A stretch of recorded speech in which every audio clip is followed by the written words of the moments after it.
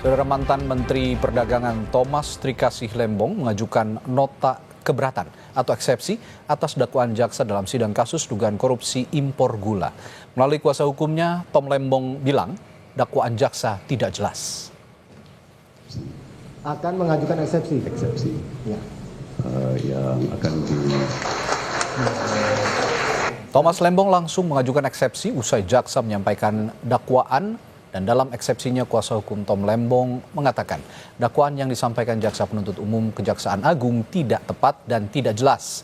Kuasa hukum menilai dakwaan jaksa penuntut umum sebagai bentuk upaya mengkriminalisasi Tom Lembong, sehingga eksepsi meminta agar majelis hakim menolak dakwaan JPU dan membebaskan serta membersihkan nama terdakwa usai dibebaskan.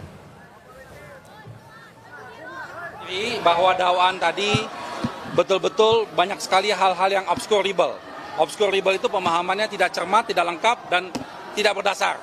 Nah, kami pada hari yang bersamaan, hari ini juga untuk mempersingkat persidangan, kami mengajukan eksepsi. Tadi sudah disampaikan, uraian eksepsinya kawan-kawan sudah menangkap. Mungkin ada Pak Dodi mau tambahkan.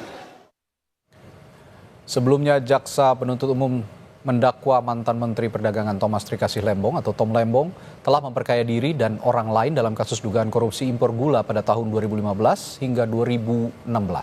Jaksa menyebut Tom Lembong bersama 10 orang lainnya merugikan keuangan negara sebesar 578 miliar rupiah dalam kasus korupsi impor gula.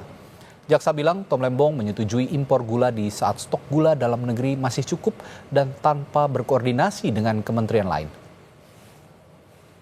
Merugikan keuangan negara sebesar 515 miliar 408 juta 740.970 rupiah, 36 sen. Perbuatan terdakwa tersebut sebagaimana diatur dan diancam pidana dalam pasal 2 ayat 1 jungto pasal 18 Undang-Undang Nomor 31 tahun 1999 tentang pemberantasan tindak pidana korupsi.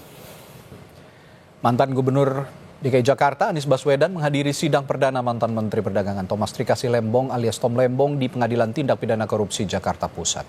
Anies bilang dirinya hadir untuk mendukung sahabatnya saat ini yang menjadi terdakwa kasus impor gula.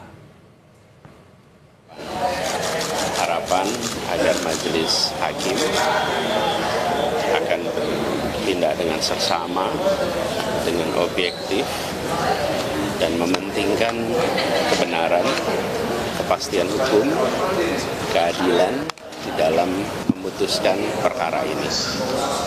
Harap